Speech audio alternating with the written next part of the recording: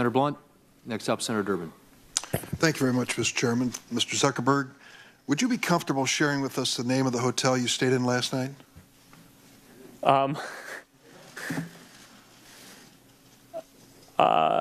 No. If you've messaged anybody this week, would you share with us the names of the people you've messaged? Senator, no, I would probably not choose to do that publicly here. I think that may be what this is all about. Your right to privacy, the limits of your right to privacy, and how much you give away in modern America in the name of, quote, connecting people around the world. A question basically of what information Facebook's collecting, who they're sending it to, and whether they ever asked me in advance my permission to do that. Is that a fair thing for a user of Facebook to expect? Yes, Senator. I think everyone should have control over how their information is used. And as we've talked about in some of the other questions, I think that is laid out in some of the documents. But more importantly, you want to give people control in the product itself. So the most important way that this happens across our services is that every day people come to our services to choose to share photos or send messages. And every single time they choose to share something, they have a control right there about who they want to share it with.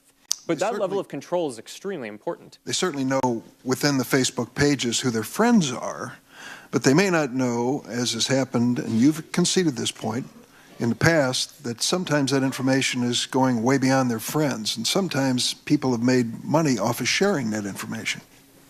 Correct?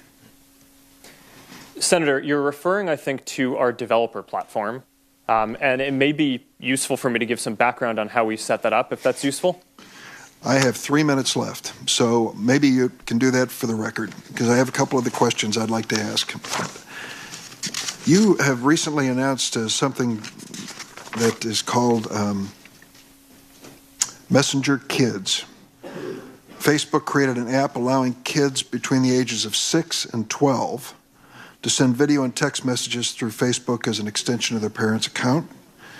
You have cartoon-like stickers and other features designed to appeal to little kids, first graders, kindergartners. On January 30th, the Campaign for Commercial-Free Childhood and lots of other child development organizations warned Facebook. They pointed to a wealth of research demonstrating that excessive use of digital devices and social media is harmful to kids, and argued that young children simply are not ready to handle social media accounts at age 6. In addition, there are concerns about data that's being gathered about these kids. Now, there are certain limits in the law, we know. There's the Children's Online Privacy Protection Act. What guarantees can you give us that no data from Messenger Kids is or will be collected or shared with those that might violate that law? All right, Senator, so a number of things I think are important here. The background on Messenger Kids is we heard feedback from thousands of parents that they want to be able to stay in touch with their kids and call them, use apps like FaceTime when they're working late or not around and want to communicate with their kids, but they want to have complete control over that. So I think we can all agree that when your kid is 6 or 7, even if they have access to a phone, you want to be able to control everyone who they can contact. And there wasn't an app out there that did that. So we built this service to do that. The app collects a minimum amount of information that is necessary to operate the service. So for example, the messages that people send is something that we collect in order to operate the service. But in general, that data is not going to be shared with third parties. It is not connected to the broader Facebook experience. Excuse me, as a lawyer, I picked up on that word in general, the phrase in general. It seems to suggest that in some circumstances it will be shared with third parties. No, it will not. All right. Would you be open to the idea that someone having reached adult age, having grown up with Messenger Kids, should be allowed to delete the data that you've collected? Senator, yes. As a matter of fact, when you become 13, which is our legal limit, or limiter, we don't allow people under the age of 13 to use Facebook, you don't automatically go from having a Messenger Kids account to a Facebook account. You have to start over and get a Facebook account. So I think it's a good idea to consider making sure that all that information is deleted, and in general, people are going to be starting over when they get their Facebook or other accounts. I'll close because I just have a few seconds. Illinois has a Biometric Information Privacy Act. our state does, which is to regulate the commercial use of facial, voice, finger, and iris scans and the like. We're now in a fulsome debate on that, and I'm afraid Facebook has come down to the position trying to carve out exceptions to that. I hope you'll fill me in on how that is consistent with protecting privacy. Thank you. Thank you, Senator Durbin. Senator Cornyn. Thank you, Mr. Zuckerberg, for being here. I know up until 2014, the mantra or motto of Facebook was move fast and break things. Is that correct? I don't know when we changed it, but the mantra is currently move fast with stable infrastructure, which is a much less sexy mantra. Sounds much more boring, but my question is, during the time that it was Facebook's mantra or motto to move fast and break things, do you think some of the misjudgments, perhaps mistakes that you've admitted to here were as a result of that culture or that attitude, particularly as regards to personal privacy of the information of your subscribers? Senator, I do think that we made mistakes because of that, but the broadest mistakes that we made here are not taking a broad enough view of our responsibility. And that wasn't a matter. The move fast cultural value is more tactical around whether engineers can ship things and different ways that we operate. But I think the big mistake that we've made looking back on this is viewing our responsibility as just building tools rather than viewing our whole responsibility as making sure that those tools are used for good. Well, and I appreciate that, because previously or earlier in the past, we've been told that platforms like Facebook, Twitter, Instagram, and the like are neutral platforms, and the people who own and run those for profit, and I'm not criticizing doing something for profit in this country, but they bore no responsibility for the content. You agree now that Facebook and other social media platforms are not neutral platforms, but bear some responsibility for the content. I agree that we're responsible for the content.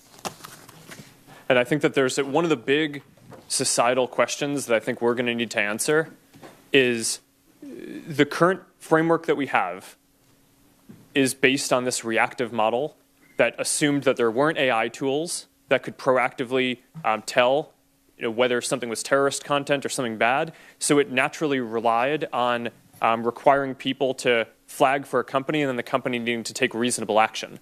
In the future, we're going to have tools that are going to be able to identify more types of bad content. And I think that there are moral and legal obligation questions that I think we'll have to wrestle with as a society about when we want to require companies to take action proactively on certain of those things and when that gets in the way of... I appreciate that. I have 2 minutes left to ask you questions. So you interestingly, the terms of what do you call it? The terms of service is a legal document which discloses to your subscribers how their information is going to be used, how Facebook is going to operate. And but you concede that you doubt everybody reads or understands that legalese, those terms of service. So is that to suggest that the consent that people give subject to that terms of service is not informed consent? In other words, they may not read it, and even if they read it, they may not understand it? I just think we have a broader responsibility than what the law requires. So I appreciate that. What I'm asking about in terms of what your subscribers understand in terms of how their data is going to be used. But let me go to the terms of service.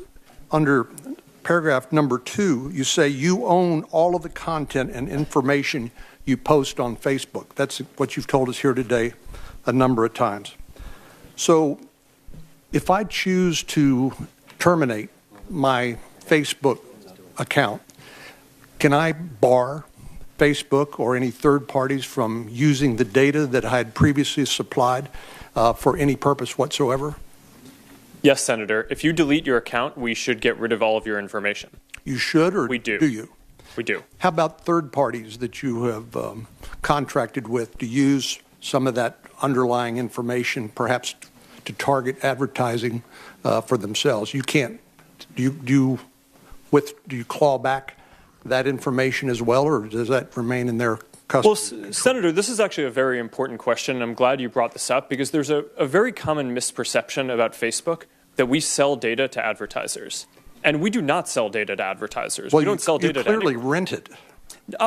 What we allow is for advertisers to tell us who they want to reach, and then we do the placement. So if an advertiser comes to us and says, all right, I'm a ski shop and I want to sell skis to women, then we might have some sense because people shared skiing-related content or said they were interested in that. They shared whether they're a woman, and then we can show the ads to the right people without that data ever changing hands and going to the advertiser. That's a very fundamental part of how our model works and something that is often misunderstood, so I appreciate that you brought that up. Thank you, Senator Cornyn. We had indicated earlier on that we would take a couple of breaks, give our witness an opportunity, and I think we've been going now for just under 2 hours. So I think what we'll do is... You do a few more. Zuckerberger, are you...